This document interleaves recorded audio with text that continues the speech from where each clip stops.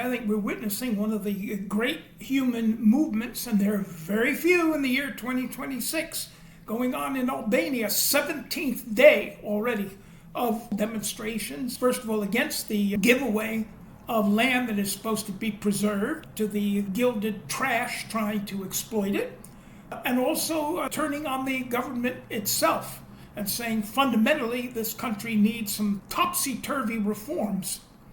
I think it's incredible how long this has been peaceful. I think it's incredible that people have been able to keep this up.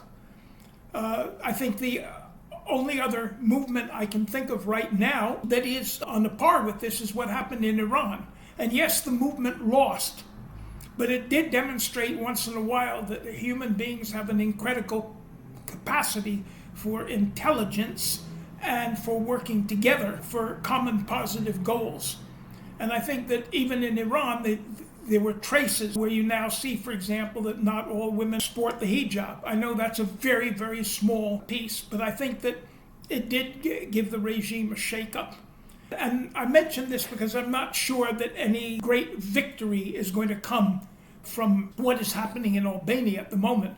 I think it's a victory in and of itself that shows that people do have the capacity to rise together in this. If there were ever a David and Goliath situation, this is it. You got the poorest country in Europe fighting to preserve land that is already preserved from the rapacious marauders of the Trump family.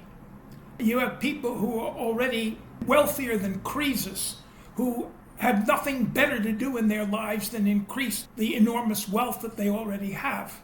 May they eventually choke on it. What can we do as people to help out in this situation, besides giving moral cheer? I had the great experience of being a tourist in Albania, and I recommend it. I recommend ardently that anybody listening to this, tell yourself, tell your friends to think about spending some money there on your next holiday, because you will be doing, as we say in Jewish, a mitzvah, a real favor to people who deserve it. You'll be doing a favor to yourself when you see a country with the mountains, the sea, the pleasant capital city, among other cities, and above all, the Albanian people themselves.